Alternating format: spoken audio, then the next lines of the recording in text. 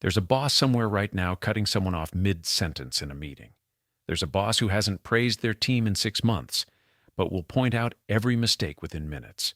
There's a boss who takes credit in the boardroom and assigns blame in the corridor. And here's the part that nobody talks about. That boss learned every single one of those behaviors from someone else. They didn't wake up one morning and decide to be difficult. They were trained by a boss who came before them, who was trained by a boss before that.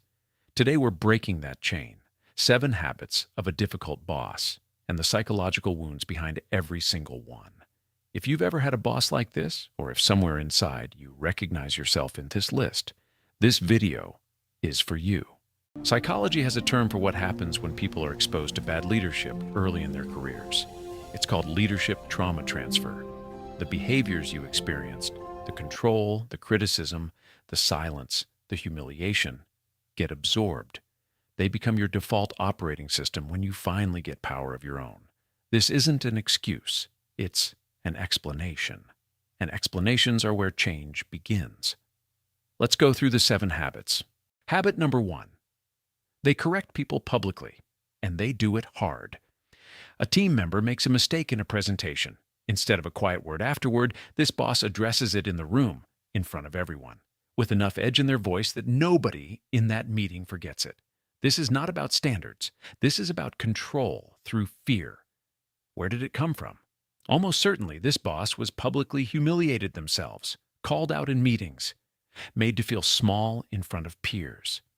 Their nervous system learned that authority expresses itself through dominance, and dominance is demonstrated by making others shrink.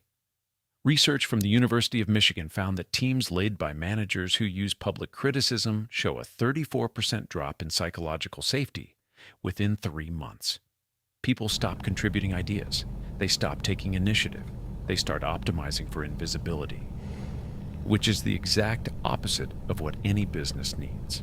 Habit number 2, they never, and I mean never, give genuine praise. The team delivers a project on time, under budget, and the client loved it. This boss moves straight to the next task. No acknowledgement, no well done, nothing. Ask them why, and they'll say something like, "That's what they're paid for." Where did it come from? Under their difficult boss, praise was either absent or weaponized. It came before a bigger demand. It was given publicly but followed by private criticism. They learned that praise is a tool of manipulation, so they stopped using it entirely. There's also something more uncomfortable at play. Praising someone means acknowledging that they did something valuable, and for an insecure leader, that feels like a threat to their own position.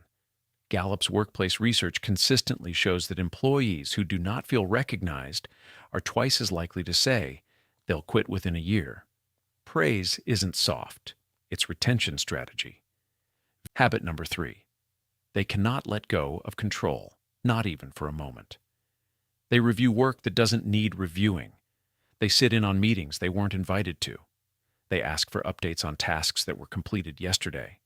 They change things that didn't need changing, just to put their fingerprints on it. Where did it come from? They were never trusted. Their ideas were overridden. Their judgment was questioned. Their work was redone by someone above them without explanation. So they concluded, if you want it done right, you control it completely. Trust is a risk they are not willing to take, because trust was never extended to them. Micromanagement kills autonomy, and autonomy is one of the 3 core drivers of human motivation, according to self-determination theory. Remove it, and you remove the will to perform.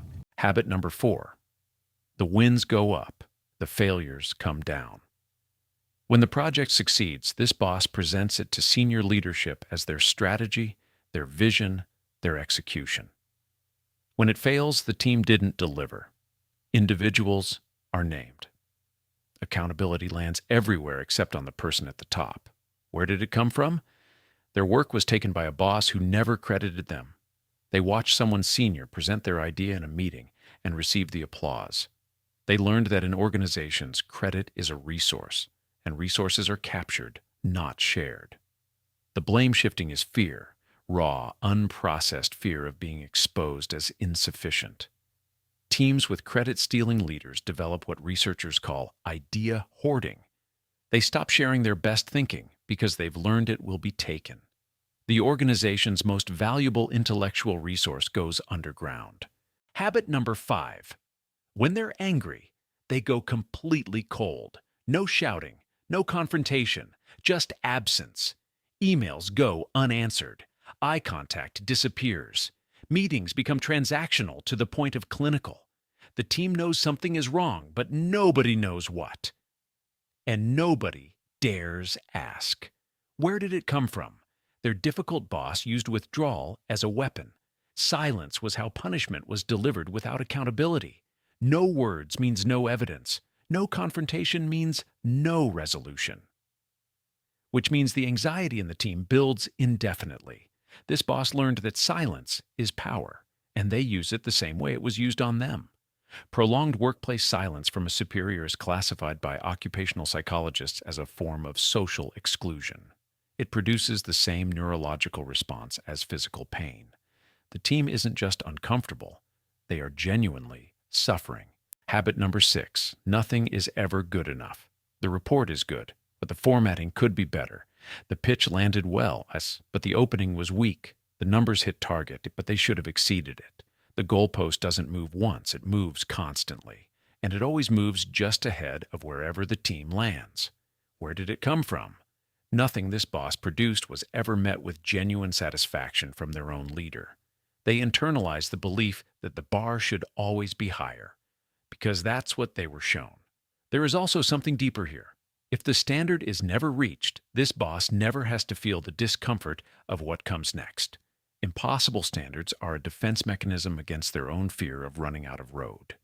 Research from Harvard Business Review shows that teams under impossible standards don't rise to meet them. They plateau and then decline. Chronic unachievability destroys intrinsic motivation faster than almost any other leadership behavior. Habit number 7. They push people away before people can leave. They don't build relationships with their team. They keep emotional distance as a policy. They don't remember personal details. They don't ask how people are doing. Not because they don't have time, but because closeness feels like a liability.